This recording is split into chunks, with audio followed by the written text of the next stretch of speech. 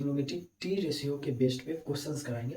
इसमें 2 से 3 क्वेश्चंस इस वीडियो में रहेगा जो कि कंसेप्चुअल क्वेश्चंस है, ठीक है, जो कि ये कंसेप्चुअल क्वेश्चंस रहेगा और ये क्वेश्चन को कैसे अप्रोच करना है, ठीक है, उस पर हम लोग देखेंगे। 2 से 3 क्वेश्चन आते हैं, ठीक है। तो पहला क्वेश्चन है if 7 sine square theta plus 3 cos square theta is equal to 4 so that tan theta is तो अब इस क्वेश्चन को कैसे सोल्व करें, इसका अप्रोच देखो। तो पिछले वीडियो को देख के कुछ याद आता है कि हाँ साइन थीटा के बारे में कुछ तो पढ़ा था, ठीक है, साइन स्क्वायर के बारे में कुछ तो पढ़ा होगा, ठीक है। हाँ एक और पढ़ा था plus cos sine square plus cos square theta is equal to 1। हाँ यानी इस पे बेस्ड क्वेश्चन है, ठीक है। अगर इस पे बेस्ड क्वेश्चन है sine square theta plus cos square theta is equal to 1, ठीक है, यानी इस पे बेस्ड है, ठीक है। क्वेश्चन को अप्रोच कैसे, ये क्वेश्चन को अप्रोच कैसे किया जाता है वो हम बता रहे हैं, ठीक है, कि हाँ ठीक है इस पे बेस्ड क्वेश्चन है, ठीक है। अब इसको देखते हैं, लेकिन यहाँ पे पहले सॉल्यूशन लिखते हैं 7 sine square theta plus 3 cos square theta is equal to 4। अब हमको इसको सॉल्व करके हमको tan थीटा मिला, यानी अगर हम इस और इसको tan स्क्वायर थीटा मिलेंगे, ठीक है। तो tan स्क्वायर थीटा मिलाने के लिए पहले हमें या कॉस को एलिमिनेट करना होगा या साइन को एलिमिनेट करना होगा, ठीक है। दोनों में से कोई भी, इसको हटा दो तो इसको हटा दो, ठीक है। तो सोचेंगे कि ठीक है ये एक फार्मूला होता है, ठीक है, दिमाग में रखना कि हाँ ये एक फार्मूला होता है। अब लेकिन यहाँ तो मैच कर नहीं रहा है, तो हम ये काम करते हैं, अगर यहाँ पे 3 कॉस स्क्वायर है तो यहाँ पर भी 3 साइन स्क्वायर और 3 cos square theta is equal to 4 और 4 साइन स्क्वायर थीटा, ये तो 4 3 7 साइन स्क्वायर थीटा और 3 cos square theta is equal to 4, ठीक है। ये हो सकता है, ये वही बात हुआ जैसे 7 sine square theta plus 3 cos square theta, ठीक है। इसमें से 3 इसको दे दिए, ठीक है, और 4 मतलब ये 3 आपस में हो गया और 4 अलग हो गया, ठीक है, इस टाइप का तो हो गया। अब देखो यहाँ पे ये फार्मूला यहाँ पे मैच कर रहा है, ठीक है। अब ये 3 बाहर निकल गया और ये sine square theta plus cos square theta is equal to 4, इसका यहाँ 1 होता है, ठीक है, into 3 is equal to 4 plus में 4 साइन स्क्वायर थीटा 3 हो जाएगा, ये 4 हो जाएगा, साइन स्क्वायर थीटा हो जाएगा। अब ये 1 हो जाएगा यहाँ पे 4 माइनस 3 इज इक्वल टू 1, ठीक है। अब sine square theta is equal to 1/4, ठीक है, और sine theta is equal to 1/4 पे अंडर रूट, ठीक है,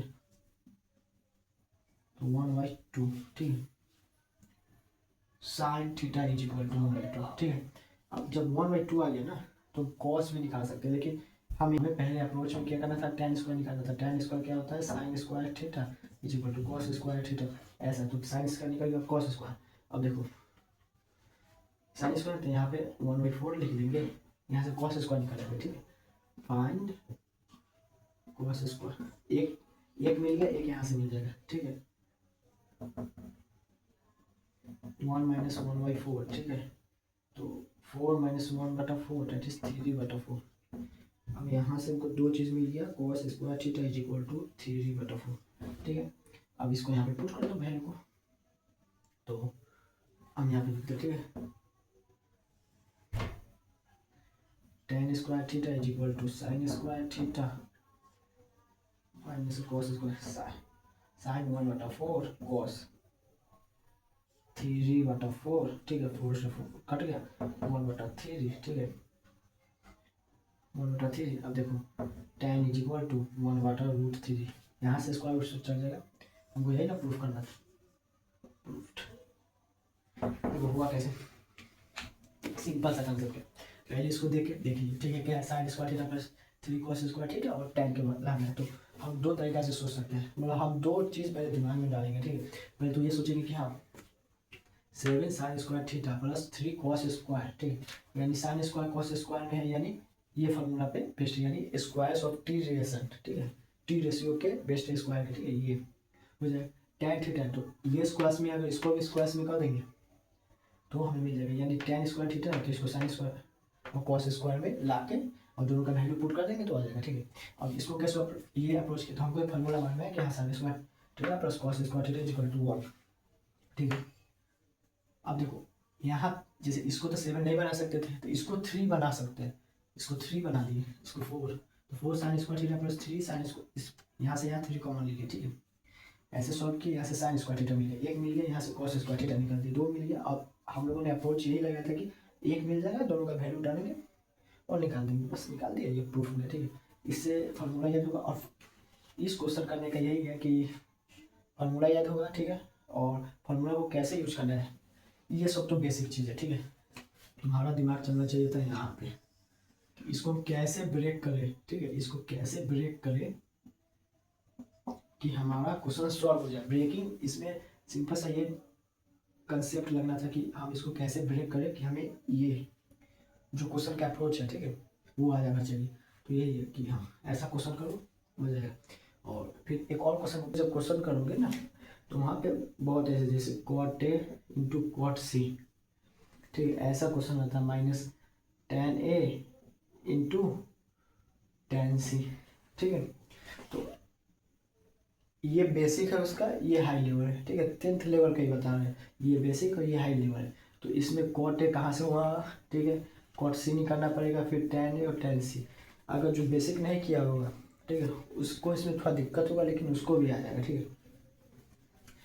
हम इसका बेसिक बता रहे हैं, ये क्वेश्चन का बहुत ही बेसिक है, रूट, जिसको रूट ट्रिग्नोमेट्री बनाने का ये सब रूट है, ठीक है। तो सबसे पहले एक ट्रायंगल बना लेते हैं, ठीक है, एक ट्रायंगल बन गया। पहले तो कहा है कि B90, तो B यही हो सकता है, ठीक है। A इसको मान लेते हैं, C इसको मान लेते हैं, तो AB कितना, AB 5, ठीक है, BC 12 सेंटीमीटर, ठीक है। ये पाइथागोरस ट्रिपलेट होता है, 5 12 13 सेंटीमीटर, आने तो पाइथागोरस थ्योरम से निकाल लो, ठीक है। यहाँ पे पाइथागोरस थ्योरम लगेगा, 5 square plus 12 square is equal to hypotenuse, ठीक है। तो ये 25 हो जाएगा, ये 144 हो जाएगा, ये हाइपोटेनस का स्क्वायर हो जाएगा, ये 169 हो जाएगा, ये उठ के इधर आएगा, ठीक है।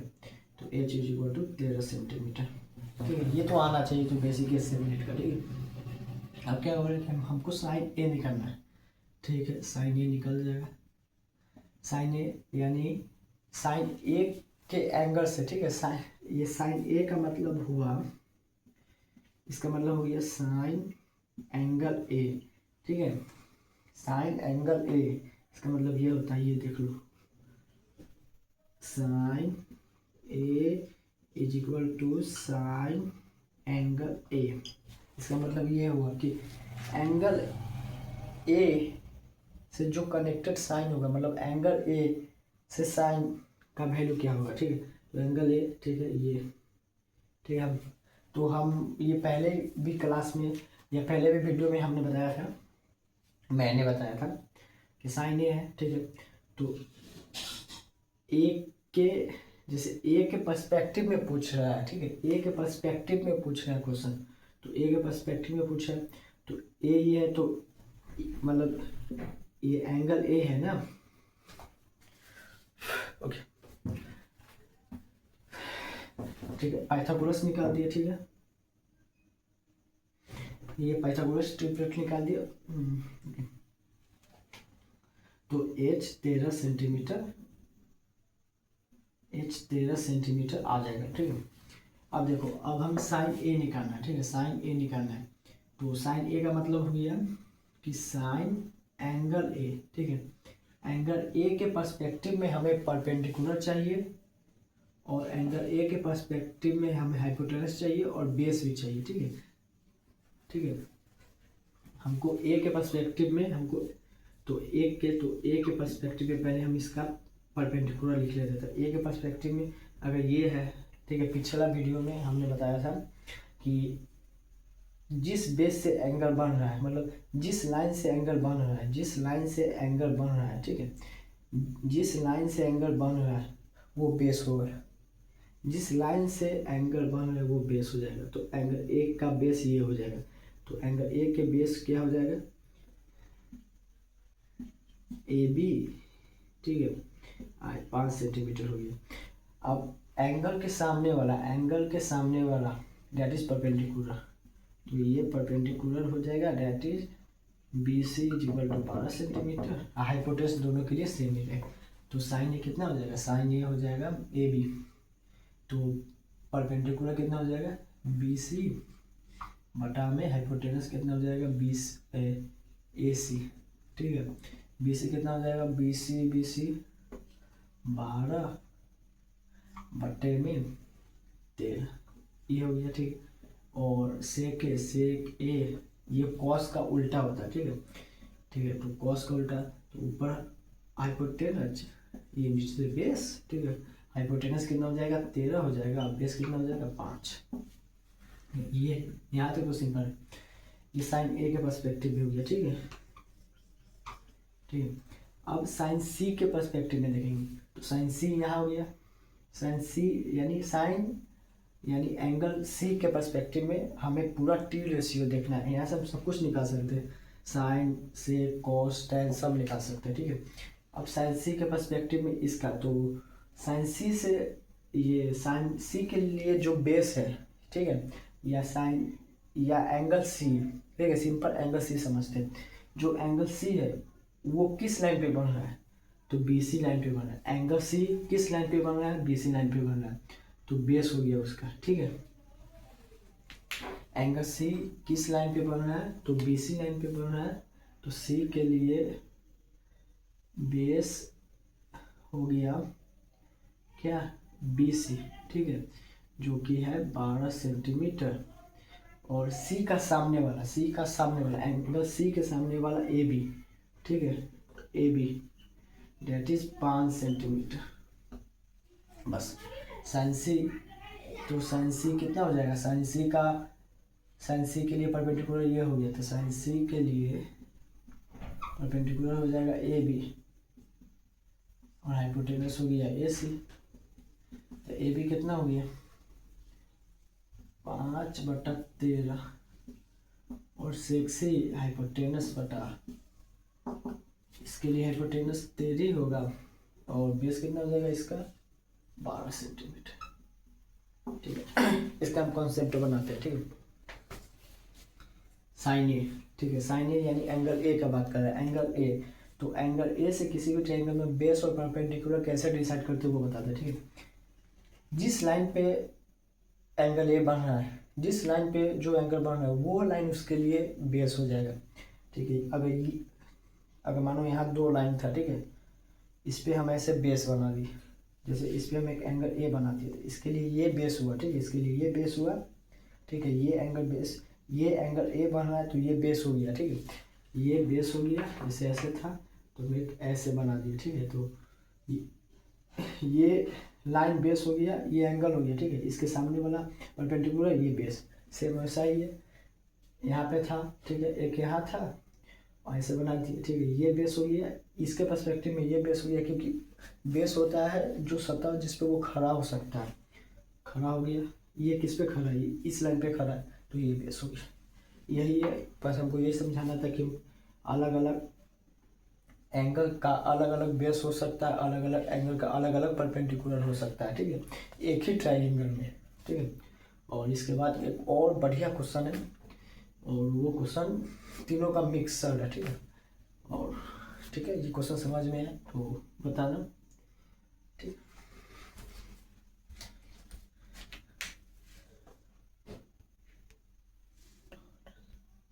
तो क्या है, एंगल ए और एंगल बी आर एक्यूट, यानी 2 ट्रायंगल का बात कर रहा है, ठीक है। तो 2 ट्रायंगल बना लेते हैं, ये ला, एक ये बन गया, ये एंगल ए एंगल बी, और इसका नामकरण करते हैं, ठीक है। ए बी सी और डी, ठीक है, बी ई और एफ, ठीक है, नामकरण हो गया। कॉस ए कॉस बी, ठीक है, cos A cos B equal है, ये गिवन है क्वेश्चन में, ठीक है। प्रूफ डैट कि ये एंगल और ये एंगल ए और एंगल बी, ठीक है, सेम है। कॉस ए कॉस बी का मतलब क्या होता है, पहले ये समझो। Cos A is equal to क्या हो जाएगा, मान लेते इसका कॉस ए निकाल लेते, इसका यानी ये बेस और ये हाइपोटेनस इक्वल, और कॉस बी यानी ये और ये इक्वल, यानी इसका ये साइड और ये साइड इक्वल है, ठीक है। यानी अगर ये 5 सेंटीमीटर होगा तो ये भी 5 सेंटीमीटर होगा, ये 10 सेंटीमीटर होगा तो ये भी 10 सेंटीमीटर है। इसका कहने का मतलब ये है, ठीक है। तो बस हमें क्या मिल गया कि हाँ भाई गिवन से सॉल्यूशन, तो गिवन है cos A is equal to cos B। cos A क्या हो जाएगा, cos A AC बटा AD is equal to BE बटा BF। इसको के एक कांस्टेंट के मान लेते हैं, ठीक है। इसको कोई फर्क नहीं कि बस एक कांस्टेंट के मान लेते हैं, ठीक है। यानी ये और ये सेम हो जाता है, ठीक है। पिछले क्लासेस में 8-7 में, ठीक है, पढ़े होंगे कि अगर दोनों ट्राइंगल का तीनों साइड इक्वल हो गया तो एंगल भी इक्वल हो जाता है। ये तो पढ़े होंगे ना, ये तो आता ही होगा, ठीक है। सिमिलरिटी ऑफ ट्राइंगल कहते हैं उसे। तो ये दोनों मिल गया तो हमको इसको और इसको मैच कर देना है, तो ये भी एंगल मैच हो जाएगा। इस से सिमिलरिटी निकाल लेना, ठीक है, कि हाँ दोनों एंगल। तो हमें CD और EF पे काम करना है, तो पहले हम इसमें ये कर लेते हैं, ठीक है। AC और BE, AC और BE, ठीक है, ये और ये, ठीक है, इज इक्वल टू ये और ये AD और BF, ठीक है, इज इक्वल टू K। हो गया ना, क्रॉस मल्टीप्लिकेशन कर दिए, ठीक है। अब देख AC is equal to BE is equal to K कह सकते हैं, और AC is equal to BE, ठीक है। AC is equal to B, AC is equal to B, ये तो पहले गिवन एंड अब इसको लिख देते हैं AD is equal to BF, क्या हो जाएगा, इज इक्वल टू K, तो AD is equal to BF, ठीक है। हम एक ये इक्वेशन मिल गया और ये गिवन से हम निकालते, ठीक है। सिंपली सोच के भी निकाल सकते हैं, लेकिन हाँ एग्जाम में कैसे लिखना है वो बता रहे हैं, वो भी साथ ही साथ बता रहे हैं। चलो अब हमको CD और EF को हमको के यानी इसको इक्वल करना है, ठीक है। अगर ये इक्वल हो गया तो CD, ठीक है। चलो तो इसमें हाइपोटेनस का तो CD, ठीक है। इसमें जैसे ये बेस मान लो, ये परपेंडिकुलर, ये हाइपोटेनस, ठीक है। तो अगर यहाँ पे लिख देते हैं, ठीक है, PBB, ठीक है। अब देखो हम यहाँ पे बता रहे हैं कि H² is equal to P² बटा में B², ठीक है। तो H², तो हमें P पे काम करना है ना, लिख सकते हैं ना, सेम हम वही करेंगे। CD है, ठीक है, आप समझ में आया, आ गया, ठीक है। CD है तो CD, तो हाइपोटेनस AD का स्क्वायर माइनस AC का स्क्वायर, ठीक है। सेम उसमें करेंगे BF का होल स्क्वायर माइनस BE का होल स्क्वायर, ठीक है, हो गया। अब देख AD को कुछ लिख सकते हैं, AD को BF लिख सकते हैं, ठीक है। AD को BF का होल स्क्वायर और AC को BE स्क्वायर लिख सकते हैं, हाँ ये होगा, AC को BE स्क्वायर लिख सकते हैं, ठीक है।